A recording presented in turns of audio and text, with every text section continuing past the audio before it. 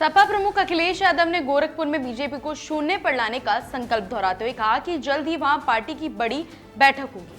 वहीं उन्होंने एक्सप्रेसवे की गुणवत्ता पर सवाल उठाते हुए कहा कि सड़क बनने के तुरंत बाद गड्ढे पड़ गए और इसकी हालात खराब है।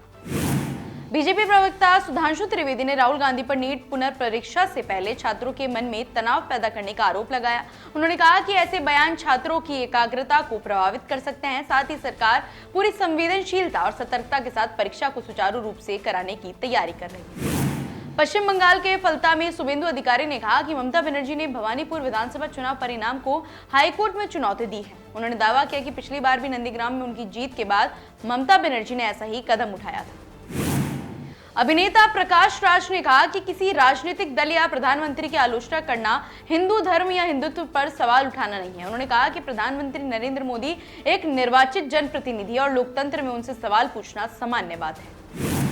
केंद्रीय मंत्री अश्विनी वैष्णव ने पुणे में अमेरिकी कंपनी जाबिल की नई मैन्युफैक्चरिंग यूनिट का उद्घाटन किया। उन्होंने कहा कि भारत अब दुनिया का छठा सबसे बड़ा इलेक्ट्रॉनिक्स निर्यातक बन चुका है और वैश्विक मैन्युफैक्चरिंग हब के रूप में उभर रहा है। गोवा कैबिनेट की बैठक के बाद मुख्यमंत्री प्रमोद सावंत ने बताया कि सरकार ने स्मार्ट मीटर लगाने, स्वतंत्र सेनानियों के बच्चों को रोजगार देने और गोवा हाईवेज कानून से जुड़े अहम प्रस्तावों पर चर्चा की और ये जल्द ही लागू होगा। तमिलनाडु बीजेपी अध्यक्ष नैनार नागेंद्र ने दावा किया कि तिरुनेलवेली जिले में बीजेपी का कोई नेता पार्टी छोड़कर नहीं गया। उन्होंने राज्य में बढ़ते अपराध और हालिया यौन उत्पीड़न की घटनाओं को लेकर सरकार पर सवाल उठाए।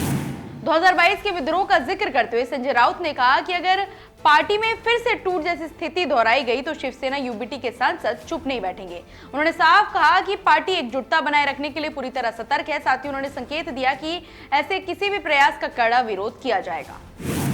हरियाणा के मुख्यमंत्री नायब सिंह सैनी ने भिवानी के चौधरी बंसीलाल एरोड्रोम में नए हैंगर, एटीएस बिल्डिंग, सुरक्षा पोस्ट और कैंटीन का उद्घाटन किया। ये सभी सुविधाएं करीब 31 करोड़ रुपए की लागत से तैयार की गई हैं। इससे एयरड्रोम की सुरक्षा और संचालन क्षमता को और मजबूती मिलेगी। उत्तर प्रदेश के बदायूं में बरेली मथुरा हाईवे पर ई रिक्शा और ट्रैक्टर की टक्कर में 6 लोगों की मौत हो गई है, जबकि 3 लोग गंभीर रूप से घायल हैं।